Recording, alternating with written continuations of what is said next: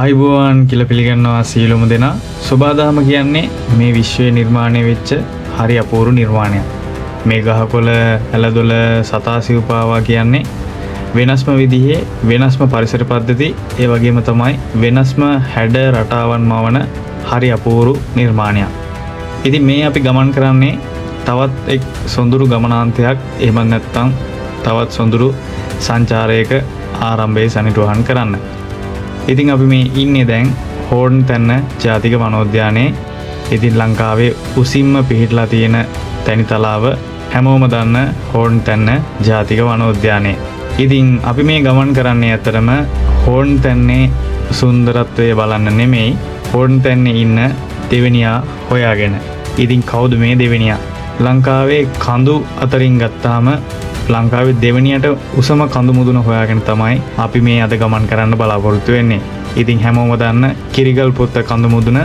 ඉතින් කිරිගල් පොත්ත කඳු මුදුන හොයාගෙන තමයි අද අපි මේ ගමන් කරන්නේ.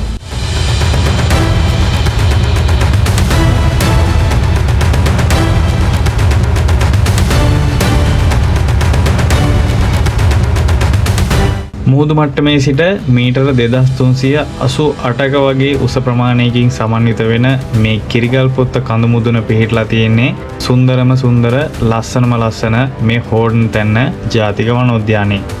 ඉතින් හෝර්න් තැන්න ගැන අපි පොඩ්ඩක් කතා කරලා හිටියොත්, හෝර්න් තැන්න කියන්නේ ලංකාවේ උසින්ම පිහිටලා තියෙන තැනිතලාව මීටර 2100ක වගේ උස ප්‍රමාණයකින් සමන්විත වෙනවා. ඒ වගේම තමයි වලාකුළු වනාන්තර සහ සංවේදී පරිසර පද්ධති, ඒ වගේම තමයි සුවිශේෂී වූ ශාක විශේෂ, සත්ත්ව විශේෂ වලින් සමන්විත වෙන හරි අපූර්ව පරිසර පද්ධතියක් විදිහට තමයි අපිට මේ හෝර්න් තැන්න නම් කරන්න පුළුවන් වෙන්නේ. කිරිගල් පොත්ත සංචාරය ගැන කතා කරොත් ඇත්තටම කිරිගල් පොත්තට යන ගමන ඇත්තටම ලේසි පාසු ගමනක් නෙමෙයි. ඒක ටිකක් කරදර බාධක සහ ටිකක් බාධක මැදින් ගමන් කරන්න තියෙන සහ බාධක ඔස්සේ යාමට තිබෙන හරි අපූර්ව ගමනාන්තයක්, හරි අපූර්ව ගමනක් විදියට අපිට මේ කිරිගල් පොත්තට යන ගමන සඳහන් කරන්න පුළුවන්. ඉතින් මෙතනදී විශේෂයෙන්ම මතක් කරන්න ඕනි, කිරිගල් පොත්ත යන්න බලාපොරොත්තු වෙනවා නම් අනිවාර්යයෙන්ම 11ට කලින් මේ ට්‍රේල් එක අනිවාර්යයෙන්ම පටන් ගන්න ඕනි. 11න් පස්සේ හෝර්න් තැන්න ජාතික වනෝද්‍යානයේ විසින් කිරිගල් පොත්තට යන ට්‍රේල් එක පටන් ගන්න දෙන්නේ නැහැ. ඉතින් කවුරු හරි යන්න බලාපොරොත්තු වෙනවා නම් 11ට කලින් හෝර්න් තැන්නට පිවිසෙන්න ඕනි. ඒ වගේම තමයි එළියට එන්න ඕනි හවස 6ට කලින්. ඇත්තරම හෝර්න් තැන්න ජාතික වනෝද්‍යානයෙන් ඉතින් පිටත් වෙන්න ඕනි.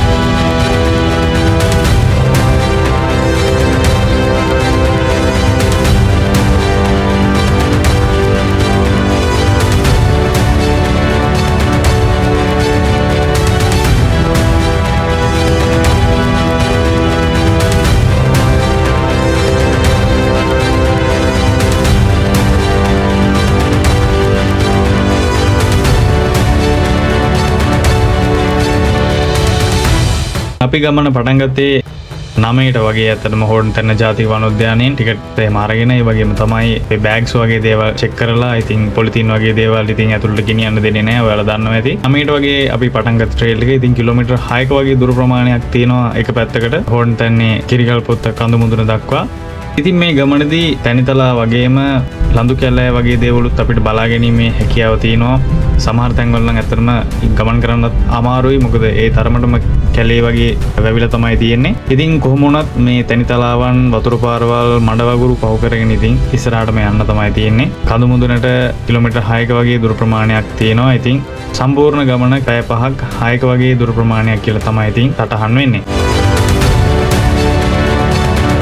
ඉතින් ගමනේ අමාරු බව අපිට ටිකක් දැනෙන්න ගන්නේ මේ ලඳු කැලෑ කොටසවල් ඒ වගේම තමයි මේ වගුරු බිම් වගේ කොටස් වලින් ගමන් කරද්දි තමයි ටිකක් අමාරු බව මේ ට්‍රේල් එකේ අපිට දැනෙන්නේ. මොකද මේ වගේ තැන් වලින් ගමන් කරන්න ටිකක් වෙලාව සහ කාලය ගත වෙන නිසා. ඉතින් තනිතලාවන් වගුරු බිම් ලඳු කැලෑ පසු කරගෙන ආවම අපිට සාමාන්‍යයෙන් ලස්සන view එකක් ඇත්තටම බලා ගන්න පුළුවන්. ලංකාවේ 4 වෙනි අඩු උසම කන්ද අග්‍රාබෝපත්. ඉතින් අග්‍රාබෝපත් කඳු වැටියත් ඉතින් මේ ගමනේදී අපිට බලා ගන්න පුළුවන්. ඒ වගේම තමයි ලස්සන මල් වර්ග, ශාක වර්ග, ඒ වගේම තමයි ලස්සන දර්ශනයන් වගේ දේවල් ඉතින් මේ ගමනේදී බලා ගැනීමේ හැකියාව තියෙනවා.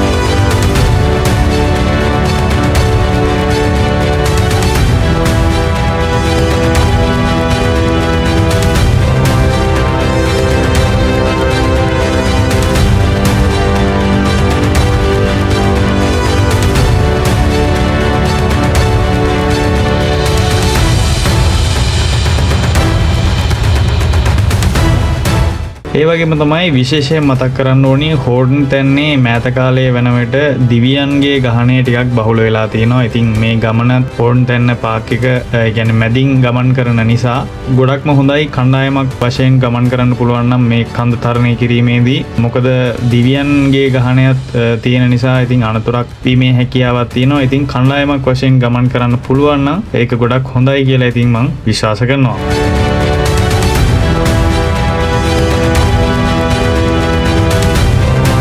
ඉතින් ඉදිරියට ගමන් කරනකොට මේ වැස්සත් එක්ක සහ මේ මඩ වගුරු සහ මේ ලඳු කැලෑ වලින් ගමන් කරනකොට ඉතින් මේ ගමනේ දුෂ්කර බව ඉතින් අපිට ටික ටික දැනෙන්න ගත්තා. ඉතින් මේ සමහර තැන් වලින් නම් ඇත්තටම යන්නත් අමාරුයි. කැලේ වෙලා පාරත් වැහිලා තියෙන්නේ. ඒ වගේම තමයි මේ මඩ වගුරු දිය පාරවල් වලින් ගමන් කරන ගත් ඉතින් ඇත්තටම ලේසි පහසු නැහැ.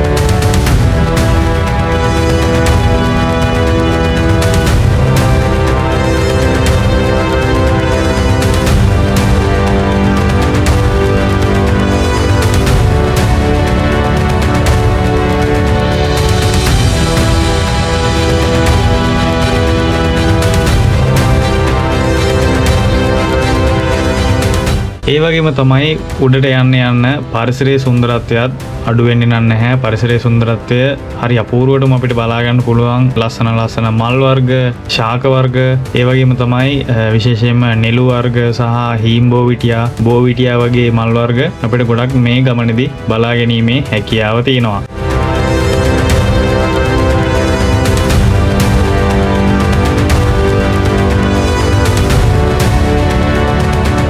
ඉතින් මේ ගමන කවුරු හරි යන්න බලාපොරොත්තු වෙමින් ඉන්නවා නම් ඉතින් ඕන්ට වැදගත් වෙන කරුණුකාරණා කිහිපයක් ඉතින් මෙතනදී මතක් කරන්න කැමතියි. ඉතින් කාරණාංග එක තමයි කණ්ඩායමක් විදිහට ගමන් කරන්න පුළුවන් නම් ගොඩක්ම ලේසි මේ හයික් එක. මොකද තනියෙන් යන එක වගේ නම් රෙකමන්ඩ් කරන්න අමාරුයි. මොකද දිවියන්ගේ ගානේ ටිකක් හෝඩන් තැන්නේ වැඩි වෙලා තියෙනවා මම කලින් සඳහන් කරා වගේ. ඉතින් කණ්ඩායමක් විදිහට ගමන් කරන්න පුළුවන් නම් ඒ බාධකත් ඉතින් ඔයාලට පසු කරගෙන යාමේ හැකියාව තියෙනවා. ඒ වගේම තමයි වැස්සට අනිවාර්යයෙන්ම රෙඩි වෙලා යන්න රේන් කෝට්ස්, ජැකට්ස් වගේ දේවල් අනිවාර්යයෙන්ම අරන් යන්න. ඒ වගේ දේවල් අනිවාර්යයෙන්ම මේ ගමනේදී අවශ්‍ය වෙනවා. ඉතින් පායන කාලෙකදී වගේ යනවා නම් ඔයාලට ප්‍රශ්නයක් වෙන්නේ නැහැ. වැහි කාලෙදී වගේ යන්න බලාපොරොත්තු වෙනවා නම් මේ දේවල් අනිවාර්යයෙන්ම අරගෙන යන්න.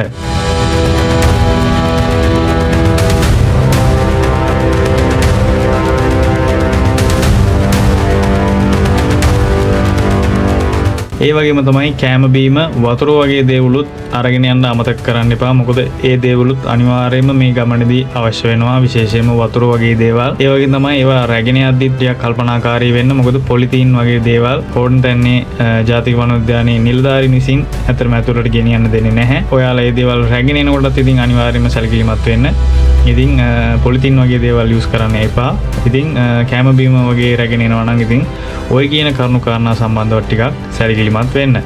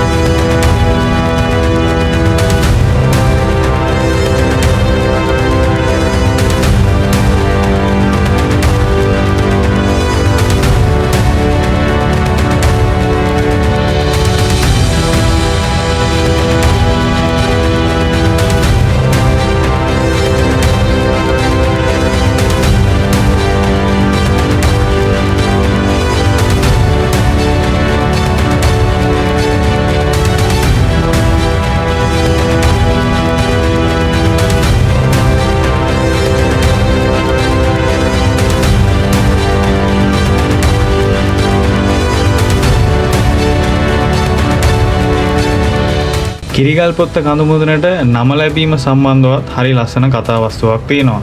ඉතින් ඉස්සර මේ කිරිගල්පොත්ත කඳු මුදුන උඩ තියෙන මේ කළුගල් පොත්ත දියසීරා වලින් ගොඩක් වෙලාවට තෙත් වෙලා තමයි තියෙන්නේ. ඉතින් රෑ හඳ එළිය වැටුනම ඒ හඳ එළියට මේ ගල් පොත්ත කිරි පාටට තමයි ඉතින් දුරට පෙන්ලා තියෙන්නේ. ඉතින් රෑ හඳ එළියට කිරි පාටට පෙනුන ගල් පොත්ත කිරිගල් පොත්ත වුණා කියලා තමයි ඉතින් සඳහන් වෙන්නේ. ඉතින් ඔන්න ඔය කියන විදිහට තමයි මේ කිරිගල් පොත්ත කඳු මුදුනට නම ලැබිලා තියෙන්නේ.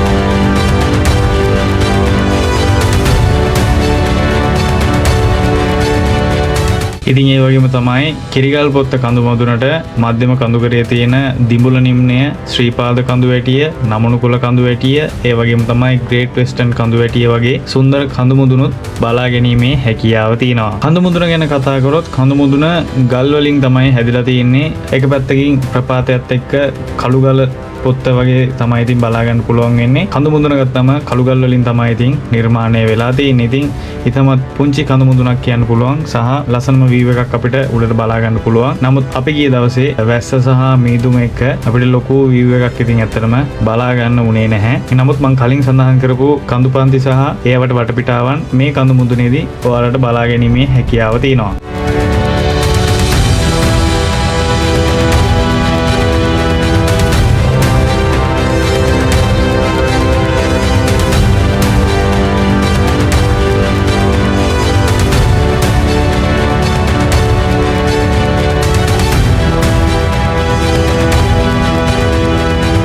ඉතින් සමහර තැන්වල නම් පාරක් තියනවද කියලාවත් හොයාගන්න අමාරුයි. ඒ තරමටම කැලේ වැවිලා වැහිලා වගේ තමයි තියෙන්නේ. ඉතින් අඩිපාර යටින් තියෙනවා. නමුත් උඩින් බැලුවම පාරක් තියනවා කියලාවත් ඉතින් ඔයාලට හොයාගන්න නම් වෙන්නේ නැහැ.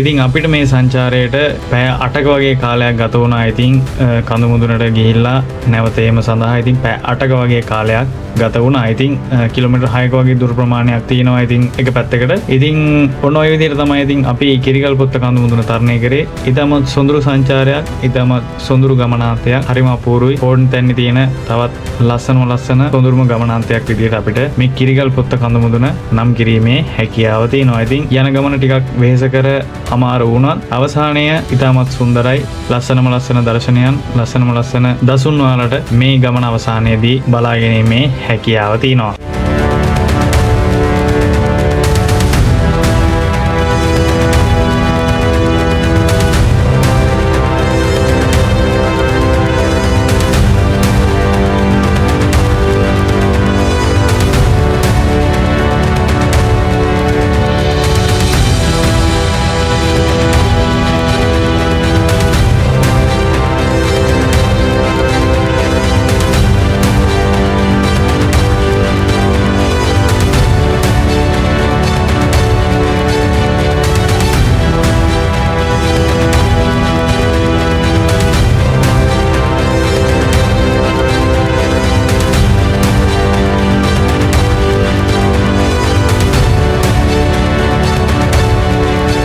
ඒ වගේම තමයි කවුරු හරි යන්න බලාපොරොත්තු වෙනවා නම් අනිවාර්යයෙන්ම මතක් කරනවා මේ ගස් කොළන් වලට හානියක් සිද්ධ කරන්න එපා. ඒ වගේම තමයි ගෙනියන කිසිම දෙයක් කඳු මුදුනේදීවත් මේ යන ගමන අතරතුරේදීවත් කිසිම වෙලාවක දාලා ඉන්න එපා. මොකද මේ පරිසර පද්ධතිය ඉතාමත් සංවේදී පරිසර පද්ධතියක්. ඒ වගේම තමයි විශේෂතා සුවිශේෂීතා විශාල ප්‍රමාණයක් මේ හෝඩ් තැන සහ ඒ අවට පරිසර පද්ධතියත් එක්ක බැඳලා තිනවා. ඉතින් මේක අපේ රටේ තියෙන ඉතාමත් විශාල සම්පතක් කියන්න පුළුවන්. ඉතින් යන අයට කියන්නේ ඉතින් මේ දේවල් වලට කිසිම විදියක හානියක් සිද්ධ කරන්න එපා.